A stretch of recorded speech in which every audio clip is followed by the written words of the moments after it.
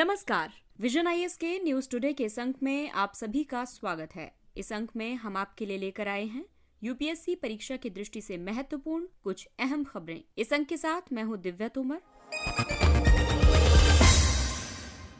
आइए सबसे पहले बात करते हैं इस अंक की खास खबरों के बारे में। चंद्रयान ने चंद्रमा के वायुमंडल में ऑर्गन 40 के चारों ओर वितरण की पहचान की। सूक्ष्म लघु और मध्यम उद्यम मंत्रालय ने MSME innovative scheme, incubation, design और आईपीआर का शुभारंभ किया। कोलंबो सिक्योरिटी कॉन्क्लेव की एनएसए स्तरीय 5वीं बैठक आयोजित की गई।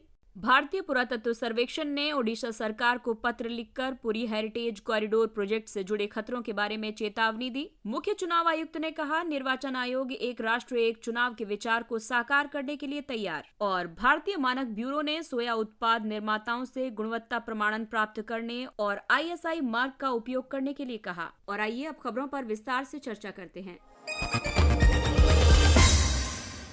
इस अंक की सबसे पहली खबर पेपर 3 के टॉपिक अंतरिक्ष विज्ञान से संबंधित है। आपको बता दें कि चंद्रयान 2 ने चंद्रमा के वायुमंडल में ऑर्गन 40 के चारों ओर वितरण की पहचान की है। चंद्र एटमॉस्फेरिक कंपोजिशन एक्सप्लोरर 2 यानी चंद्रयान 2 मिशन के साथ भेजा गया एक मास स्पेक्ट्रोमीटर है। इसके द्वारा चंद्रमा के बहिर्मंडल में ऑर्गन 40 के चारों ओर वितरण के संबंध में अपनी तरह का पहला अवलोकन किया गया है। इससे पहले नासा के अपोलो 17 ने चंद्रमा के बहिर्मंडल में ऑर्गन 40 की उपस्थिति का पता लगाया था। ऑर्गन 40 की उपस्थिति केवल चंद्रमा के विषुवतीय क्षेत्र के निकट ही सीमित है। बहिर्मंडल ऊपरी वायुमंडल का सबसे बाहरी क्षेत्र होता है। इस मंडल में मौजूद परमाणु और अणु शायद ही कभी एक दूसरे से टकराते हैं। साथ ही ये इस मंडल से बाहर निकलकर गहरे अंतरिक्ष में भी पहुंच सकते हैं। इस ऑब्जर्वेशन का महत्व ये है कि ये चंद्रमा पर दैनिक अवधि के दौरान ऑर्गन 40 की स्थानिक भिन्नताओं पर अधिक प्रकाश डालता है। इस अवलोकन में चंद्रमा के विषुवतीय और मध्य अक्षांशीय क्षेत्रों को शामिल किया गया है। इस अवलोकन से अज्ञात या अतिरिक्त क्षय प्रक्रियाओं यानी कि अननोन और एडिशनल लॉस प्रोसेसेस, चंद्रमा के कंपनों यानी मून क्वैक्स या निम्न सक्रिय ऊर्जा वाले क्षेत्रों का भी संकेत मिलता है। चंद्रयान 2 चंद्रमा पर भेजा गया एक भारतीय मिशन है। इसका लक्ष्य चंद्रमा की सतह पर एक रोवर उतारकर अब तक अनजान चंद्रमा के दक्षिणी ध्रुव का अध्ययन करना है। इस मिशन के लैंडर का नाम विक्रम और रोवर का नाम प्रज्ञान है। इसे वर्ष 2019 में geosynchronous satellite launch vehicle mark 3 द्वारा प्रक्षेपित किया गया था। चंद्रयान 1 इस इसरो का पहला चंद्र अंतरिक्ष अन्वेषण मिशन था। इस मिशन ने चंद्रमा पर जल की उपस्थिति का पता लगाया था। इसने चंद्रमा की कक्षा से अवरक्त दृश्यमान और एक्सरे प्रकाश में चंद्रमा का मानचित्रण किया था। साथ ही इसने चंद्रमा पर अलग अलग तत्वों, खनिजों और हिम की मौजूदगी की संभावनाओं का पता लगाने के लिए परावर्तित विकिरण का उपयोग किया था। आपको बता दें कि ऑर्गन एक अक्रिय, रंगहीन और गंधहीन तत्व तथा एक नोबल गैस है। ऑर्गन 40 ऑर्गन का समस्थानिक यानी आइसोटोप है। ये चंद्रमा की सतह के नीचे मौजूद पोटेशियम 40 के रेडियोधर्मी विघटन से उत्पन्न होती है।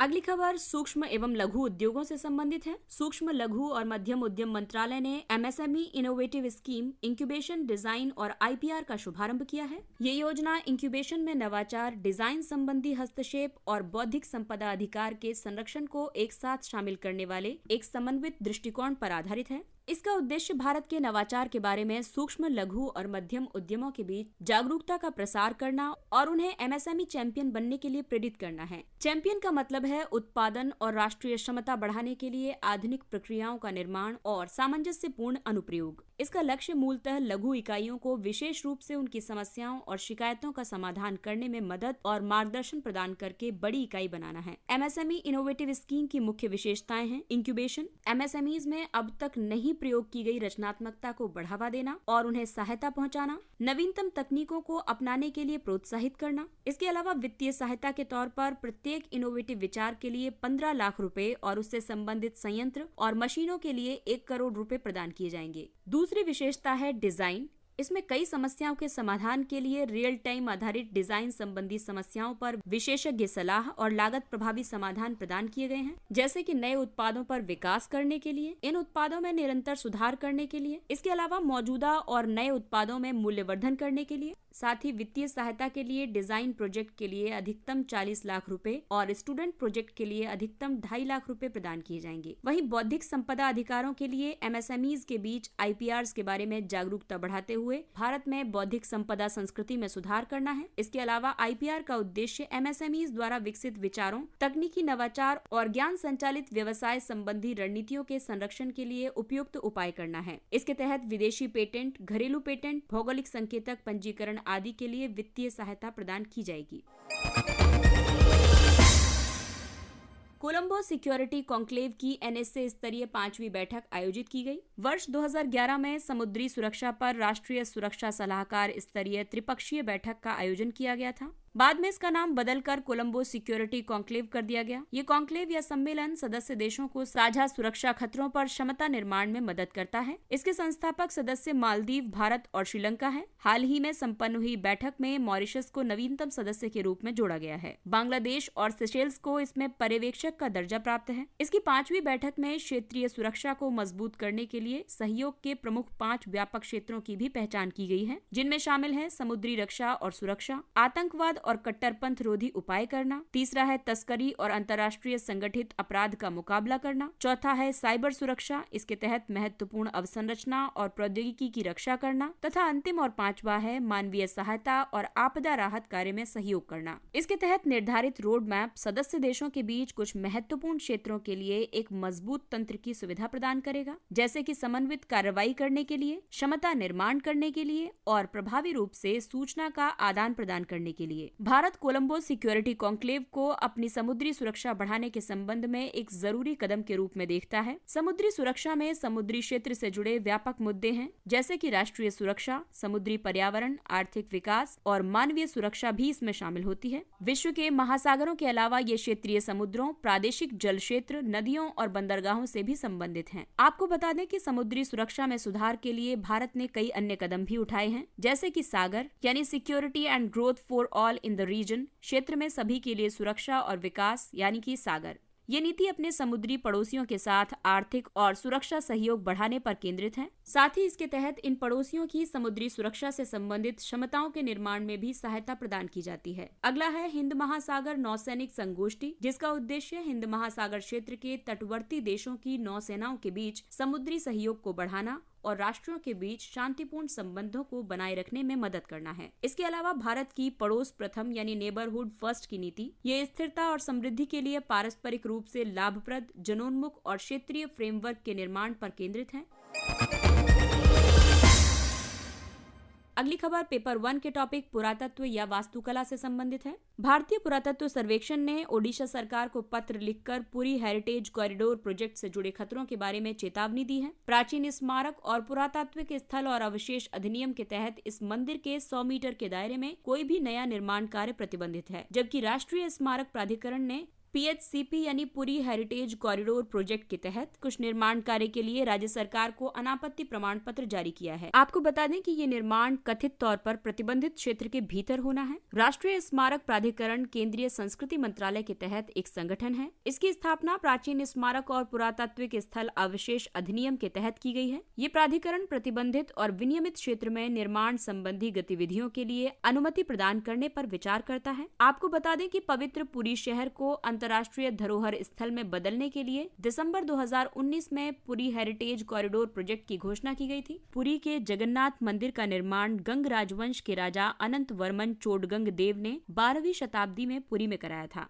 पुरी में पवित्र त्रिमूर्ति भगवान जगन्नाथ, देवी सुभद्रा और बलभद्र की पूजा की जाती है। ये भारत में तीर्थ यात्राओं के लिए प्रसिद्ध 4 धामों में शामिल है। अन्य 3 धाम हैं द्वारका, बद्रीनाथ और रामेश्वर। श्री जगन्नाथ को समर्पित कई त्योहार वर्ष भर मनाए जाते हैं। इनमें स्नान यात्रा, नेत्रोत्सव, रथ यात्रा, शयनी एकादशी, चेतलागी अमावस्या, श्री कृष्ण जन्म और दशहरा आदि शामिल हैं। जगन्नाथ मंदिर के स्थापत्य की विशेषताओं की बात करें तो इस मंदिर का निर्माण कलिंग वास्तुकला शैली में किया गया है। इस मंदिर का निर्माण कुछ इस तरह से किया गया है कि दिन के किसी भी समय मंदिर की कोई छाया भूमि पर नहीं पड़ती है। पवित्र त्रिमूर्ति की प्रतिमाओं को पत्थर या धातु की बजाय लकड़ी पर उकेरा गया है। इस क्षेत्र के अन्य मंदिरों के विपरीत पुरी के मंदिरों पर मुख्य रूप से देवी देवताओं की प्रतिमाएं उकेरी गई हैं। अगली खबर पेपर 2 के टॉपिक निर्वाचन से संबंधित है। मुख्य चुनाव आयुक्त ने कहा कि निर्वाचन आयोग एक राष्ट्र एक चुनाव के विचार को साकार करने के लिए तैयार है। वर्ष 1983 में निर्वाचन आयोग ने एक साथ चुनाव का विचार प्रस्तावित किया था। इसका समर्थन विधि आयोग और नीति आयोग द्वारा भी किया गया था। एक साथ चुनाव का मतलब है लोकसभा और राज्य विधानसभा के चुनावों को एक ही समय में कराने से। इसके तहत चुनाव को इस तरीके से व्यवस्थित किया जाएगा कि निर्वाचन क्षेत्रों के मतदाता यानी कि लोकसभा और विधानसभा के लिए मतदान कर सकेंगे। एक साथ चुनाव की व्यवस्था वर्ष 1967 तक जारी थी, लेकिन वर्ष 1968 और वर्ष 1969 में कुछ विधानसभाओं और वर्ष 1970 में लोकसभा के विघटन के बाद इस व्यवस्था का क्रम टूट गया। इस तरह से राज्य विधानसभाओं और लोकसभा के चुनाव अलग अलग आयोजित किए जाने लगे। वर्तमान में एक राष्ट्र और एक चुनाव के पक्ष में जो तर्क हैं, उनके अनुसार बार बार होने वाले चुनावों के कारण लंबे समय तक आदर्श आचार संहिता लागू रहती है। इससे नीतिगत अक्षमता की स्थिति पैदा हो जाती है। चुनावी प्रक्रिया में शामिल विभिन्न हितधारकों जैसे कि राजनीतिक दलों, उम्मीदवारों आदि के द्वारा ज्यादा व्यय किया जाता है। चुनावी क्षेत्रों में सुरक्षा बलों की तैनाती की वजह से देश के अन्य संवेदनशील भागों में इन बलों की संख्या में कमी आती है, जिससे आंतरिक सुरक्षा के समक्ष खतरा उत्पन्न हो जाता है। इसके अलावा बार बार होने वाले चुनाव सामान्य जनजीवन में व्यवधान उत्पन्न करते हैं और आवश्यक सेवाओं को प्रभावित करते हैं। वहीं एक राष्ट्र एक चुनाव के विपक्ष में भी तर्क हैं, जिसके अनुसार एक साथ चुनाव के आयोजन पर इस बात को लेकर संदेह है कि पहली बार कब और कैसे एक साथ चुनाव की प्रक्रिया संपन्न होगी। एक साथ चुनाव करने के लिए लोकसभा या राज्य विधानसभाओं के सदन कार्यकाल में कटौती और विस्तार करना पड़ सकता है। इससे संबंधित संविधान के प्रावधानों अनुच्छेद 83, अनुच्छेद 84, 172 और 174 में संशोधन करना पड़ेगा। इसके अलावा राष्ट्रीय मुद्दे और राज्य के मुद्दे अलग होते हैं। ऐसे में एक साथ चुनाव कराने से मतदाताओं का मतदान संबंधी निर्णय प्रभावित हो सकता है। भारतीय मानक ब्यूरो ने सोया उत्पाद निर्माताओं से गुणवत्ता प्रमाणन प्राप्त करने और ISI मार्क का उपयोग करने के लिए कहा है। भारतीय मानक ब्यूरो ने सोया उत्पादों के लिए भारतीय मानक विषय पर एक वेबिनार का आयोजन किया था। इसका उद्देश्य सोया उत्पादों के प्रति जागरूकता बढ़ाना है। सोयाबीन के उपयोग को टेक्सचर्ड वेजिटेबल प्रोटीन जैसे कि सोया दूध, टोफू, सोया दही आदि के तौर पर बहुत अधिक बढ़ावा मिल रहा है। टेक्सचर्ड वेजिटेबल प्रोटीन को सोया बड़ी या सोया नगेट्स के रूप में भी जाना जाता है। इन सोया उत्पादों को सुरक्षित और गुणवत्तापूर्ण बनाए रखने के लिए BIS ने वसा युक्त सोया आटा, सोया दूध, सोया नट्स, सोया मक्खन, सोया अमरखंड जैसे सोया उत्पादों के लिए 7 भारतीय मानक प्रकाशित किए हैं। इनके सर्टिफिकेशन या प्रमाणन से सोया उत्पादों को भारतीय आहार में शामिल करने में मदद मिलेगी। साथ ही इसके चलते उत्पादकों को भी बेहतर कीमतें प्राप्त होंगी। ISI मार्क वर्ष 1955 से ही भारत में औद्योगिक उत्पादों के लिए एक मानक चिन्ह है। ISI मार्क ये प्रमाणित करता है कि एक उत्पाद BIS द्वारा विकसित भारतीय मानक के अनुरूप है। भारतीय मानक ब्यूरो भारत का राष्ट्रीय मानक निकाय है। इसकी स्थापना भारतीय मानक ब्यूरो अधिनियम 2016 के तहत वस्तुओं के मानकीकरण, चिन्हांकन और गुणवत्ता प्रमाणन की गतिविधियों के सामंजस्यपूर्ण विकास के लिए की गई है। BIS इन गतिविधियों या इनसे संबंधित अन्य प्रासंगिक मामलों की देखरेख भी करता है। BIS सर्टिफिकेशन प्रमाण पत्र धारक को एक प्रकार का तृतीय पक्ष गारंटी प्रदान करता है कि उसके उत्पादों की गुणवत्ता, सुरक्षा और विश्वसनीयता प्रमाणिक है। मुख्य रूप से ये वस्तुओं के आयात के लिए जरूरी है। इसमें कई उत्पादों के लिए सर्टिफिकेशन स्वैच्छिक है। साथ ही इसमें बहुत सारे उत्पादों की एक सूची भी है, जिसमें शामिल मदों या उत्पादों को सार्वजनिक स्वास्थ्य, सुरक्षा या उपभोग की व्यापक प्रकृति के कारणों से अनिवार्य रूप से BIS द्वारा प्रमाणित किया जाता है। BIS का मुख्यालय नई दिल्ली में है और इसके 5 क्षेत्रीय कार्यालय हैं।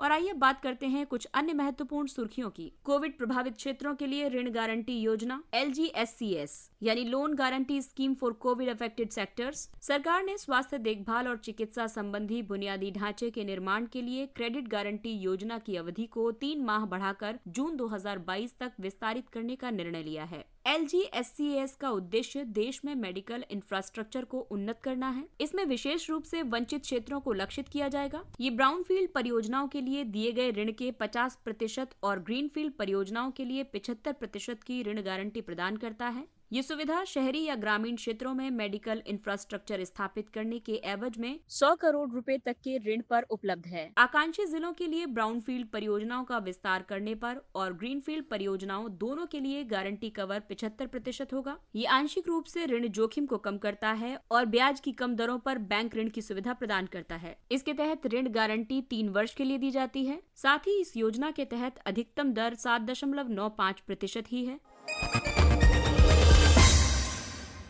अगली खबर है, नीति आयोग और किडेक्स नवाचार को प्रोत्साहित करने के लिए आपसी सहयोग स्थापित करेंगे। नीति आयोग के अटल इनोवेशन मिशन ने किडेक्स के मौजूदा प्रौद्योगिकी मंच इकिगाई का लाभ उठाने के लिए किडेक्स वेंचर प्राइवेट लिमिटेड के साथ सहयोग स्थापित किया है। इसके माध्यम से अटल इनोवेशन मिशन के प्रमुख कार्यक्रमों अटल टिंकरप्रेन्योर और अटल मैराथन का आयोजन किया जाएगा। ये कार्यक्रम भारत में अटल इनोवेशन मिशन नेटवर्क पर 1 करोड़ से ज्यादा स्कूली छात्रों के लिए उपलब्ध होंगे। अटल टिंकरप्रेन्योर का उद्देश्य छात्रों को अपने घरों से ही टिंकर करने और एक उद्यमी बनने में सक्षम बनाना है। अटल मैराथन अटल इनोवेशन मिशन के तहत एक इनोवेशन चैलेंज है। इसके तहत स्कूल अपनी पसंद की सामुदायिक समस्या का चयन करते हैं और कार्यशील प्रोटोटाइप के रूप में इनोवेटिव समाधान विकसित करते हैं।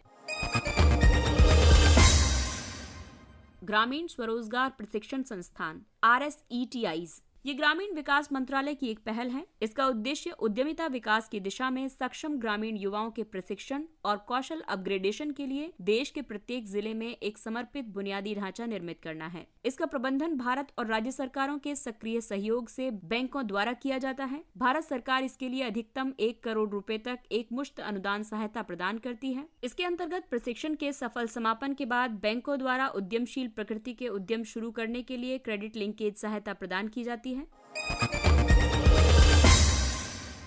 कार्बन कैप्चर एंड यूटिलाइजेशन के लिए अवशोषक को संश्लेषित करने की नवीन रणनीति खोजी गई। भारतीय वैज्ञानिकों ने कार्बन कैप्चर एंड यूटिलाइजेशन यानी CCU के लिए एक विशेष प्रकार के नैनो कणों या सूक्ष्म कणों की खोज की है। CCU कार्बन उत्सर्जन को कम करने पर केंद्रित अनुसंधान का एक प्रगतिशील क्षेत्र है। संश्लेषित की गई नवीन सामग्री में शामिल है छिद्रयुक्त सहसंयोजी कार्बनिक ढांचे यानी कोवेलेंट ऑर्गेनिक फ्रेमवर्क्स, जैसे कि COF ग्राफीन जानूस की पतली फिल्में। COFs के विशेष गुणों की वजह से इनका उपयोग किया गया है। इन गुणों में उच्च स्तरीय सरंध्रता, संरचनात्मकता संबंधी बहुआयामी गुण, सतह में आसानी से रूपांतरण और उच्च तापीय तथा रासायनिक स्थिरता शामिल है। COFs के संभावित प्रयोगों की बात करें तो इसका प्रयोग गैस पृथक्करण और भंडारण, केमिकल सेंसिंग, प्रतिदीप्ति, इलेक्ट्रॉनिक उपकरण, दवा वितरण, ऊर्जा भंडारण और रूपांतरण आदि में किया जा सकता है। अवे फ्रॉम रिएक्टर इकाई AFR फैसिलिटी। कुडनकुलम ग्राम पंचायत ने कुडनकुलम परमाणु विद्युत परियोजना में AFR इकाई स्थापित करने के विरुद्ध एक प्रस्ताव पारित किया है। AFR इकाई एक प्रकार की भंडारण प्रणाली होती है। ये कार्यात्मक रूप से रिएक्टर परिचालन से अलग स्वतंत्र होती है। इसके अंतर्गत रिएक्टर में ईंधन के रूप में उपयोग की जा चुकी सामग्री का भंडारण तब तक किया जा सकता है जब तक उस सामग्री के लिए कोई अन्य गंतव्य उपलब्ध नहीं हो जाता है। AFR की जरूरत इसलिए है क्योंकि ये रिएक्टर से निकलने वाले प्रयुक्त ईंधन के भंडारण एवं संयंत्रों के जीवन काल में हो रही बढ़ोतरी के संबंध में जरूरी है। साथ ही अधिक संख्या में रिएक्टरों को बंद करने के लिए भी जरूरी है। Epidemic, pandemic, endemic. US centre for disease control and prevention द्वारा दी गई परिभाषा के मुताबिक एपिडेमिक का प्रकोप तब होता है जब किसी विशिष्ट भौगोलिक क्षेत्र में वहां की आबादी में सामान्य रूप से किसी रोग के मामलों की संख्या में अचानक वृद्धि होती है। उदाहरण के लिए चीन में पेंडेमिक बनने से पहले कोविड-19 एक एपिडेमिक था। पेंडेमिक की स्थिति तब उत्पन्न होती है जब कोई संक्रामक रोग बहुत सारे देशों या महाद्वीपों में फैल जाता है। ऐसे में वो पेंडेमिक बन जाता है। उदाहरण के लिए कोविड-19। और एंडेमिक की स्थिति तब उत्पन्न होती है जब कोई बीमारी एक निश्चित भौगोलिक क्षेत्र के भीतर लगातार अपना प्रभाव दिखाती है। उदाहरण के लिए कुछ देशों में मलेरिया को एंडेमिक या स्थानिक रोग माना जाता है। और आइए बात करते हैं सुर्खियों में रहे व्यक्तित्व के बारे में। सुचेता कृपलानी। सुचेता कृपलानी भारत की पहली महिला मुख्यमंत्री थी। वे तत्कालीन संयुक्त प्रांत यानी वर्तमान उत्तर प्रदेश की पहली महिला मुख्यमंत्री थी। उनका विवाह स्वतंत्रता सेनानी आचार्य कृपलानी से हुआ था। इनके जीवन मूल्य गांधीवादी विचारधारा से प्रेरित थे। ये देशभक्ति, मन और आत्मा से निडर, स्वतंत्रता के लिए प्रतिबद्ध महिला थी। सुचेता कृपलानी के महत्वपूर्ण योगदानों और उपलब्धियों की बात करें तो उन्होंने वर्ष 1940 में कांग्रेस की महिला विंग की स्थापना की। 1940 के दशक में भारत छोड़ो आंदोलन सहित स्वतंत्रता आंदोलन में सक्रिय रूप से भाग लिया। वे संविधान सभा के लिए चुनी गईं। वर्ष 1949 में वे संयुक्त राष्ट्र महासभा में भारत की ओर से एक प्रतिनिधि थी। वर्ष 1961 में उन्होंने अंतर्राष्ट्रीय श्रम संगठन में भारतीय प्रतिनिधि मंडल का नेतृत्व किया। उन्होंने सुचेता एन अनफिनिश्ड ऑटोबायोग्राफी शीर्षक से अपनी आत्मकथा लिखी। और आप बात करते हैं दुर्गावती देवी की। इन्हें द अग्नि ऑफ इंडिया के नाम से भी जाना जाता है। भगत सिंह, अशफाक उल्लाह और चंद्रशेखर आजाद जैसे क्रांतिकारियों और हिंदुस्तान सोशलिस्ट रिपब्लिकन एसोसिएशन के सदस्यों पर उनका जबरदस्त प्रभाव था। वे नौजवान भारत सभा की एक सक्रिय सदस्य थी। उन्होंने सैंडर्स की हत्या के बाद लाहौर से भागने में भगत सिंह की मदद की थी। उन्होंने वर्ष 1935 में लखनऊ में गरीब बच्चों के लिए एक स्कूल की स्थापना की। उनके ब्रिटिश विरोधी अभियान के लिए उन्हें गिरफ्तार कर लिया गया और 3 वर्ष के लिए जेल में डाल दिया गया। दुर्गावती देवी स्वतंत्रता सेनानी और भारतीय क्रांतिकारी थी। इसके साथ ही ये अंक समाप्त होता है। अगले अंक में फिर मुलाकात होगी कुछ अन्य महत्वपूर्ण खबरों के साथ। तब तक अपना ख्याल रखिए, सुरक्षित दूरी बनाए रखिए, मास्क पहनिए, हाथ और चेहरा साफ रखिए और अगर आपको हमारा कंटेंट और खबरें पसंद आ रही हैं तो इसे अन्य लोगों के साथ भी शेयर करें, सब्सक्राइब करें। धन्यवाद। और अब हमें यानी विजन IAS की पूरी टीम को दीजिए इजाजत। नमस्कार।